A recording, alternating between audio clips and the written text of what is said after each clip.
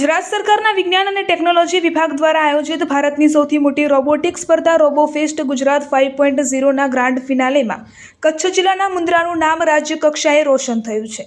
અમદાવાદની પ્રતિષ્ઠિત નિરમા યુનિવર્સિટીમાં ઇલેક્ટ્રોનિક્સ એન્ડ કમ્યુનિકેશન એન્જિનિયરિંગના 3જા વર્ષમાં અભ્યાસ કરતા અને મુન્દ્રાની મહેશનગર પ્રાથમિક શાળામાં છેલ્લા 27 વર્ષથી ફરજ બજાવતા આદર્શ શિક્ષક હરિભાઈ પટેલના સુપુત્ર કૃષ્ણા પટેલ અને તેમની ટીમે આ સ્પર્ધામાં ઝળહળતી સફળતા પ્રાપ્ત કરી છે.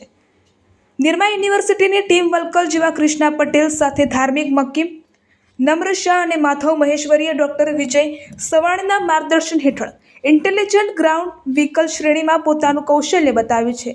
તેમણે માત્ર 8 મહિનાના ટૂંકા ગાળામાં અંદાજે 20 કિલો વજન ધરાવતું એક અત્યાધુનિક ઓટોનોમસ રોવર તૈયાર કર્યું છે. આ રોબોટ કોઈપણ માનવીય દખલ વગર અવરોધો ઓળખવા, નેગેટિવ કરવા અને QR કોડ રીડ કરવા જેવી જટિલ કામગીરી કરવામાં સક્ષમ છે.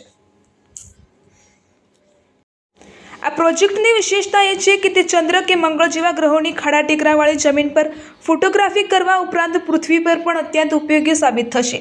કેમિકલ પ્લાન્ટ્સ, દુર્ગમ પહાડી જેવા વિસ્તારો કે જ્યાં માનવનું જવું જોખમી છે ત્યાં આ રોવર જઈને રેસ્ક્યુ ઓપરેશન અને માહિતી એકત્રિત કરવાનું મહત્વપૂર્ણ કામ કરી શકશે. આવી વિશિષ્ટ ટેકનોલોજી અને ઇનોવેશન બદલ ટીમ વલકલને રાજ્ય કક્ષાએ દ્વિતીય પુરસ્કાર અને ₹7,50,000ની પ્રોત્સાહક ઇનામી રાશિ એનાયત કરવામાં આવી છે. મુન્દ્રાના એક સામાન્ય પરિવાર અને શિક્ષકના સંતાનને ટેકનોલોજીના સર્વોચ્ચ શિખરો સર કરીને સમગ્ર કચ્છ અને નિરમા યુનિવર્સિટીનું ગૌરવ વધાર્યું છે. આ સફળતા બદલ કૃષ્ણા પટેલ અને તેમની ટીમને ઠેર ઠેરથી અભિનંદન અને શુભેચ્છાઓ મળી રહી છે.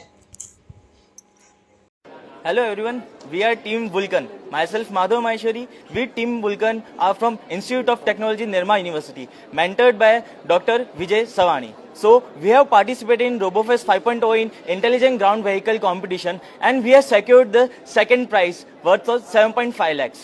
So what is a RoboFest 5.0 and why it is important? So RoboFest 5.0 is the robotics competition in India. It's a national robotics competitions and it's very important for students to build the robots, to create the innovations and to upbring their knowledge.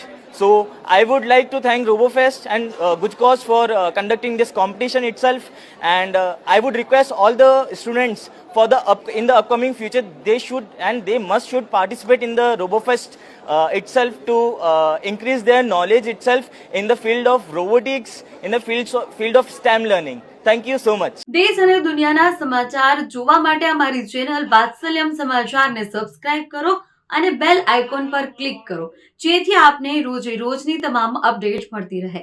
સાથે જ અમારા Facebook અને Instagram પેજને follow કરો.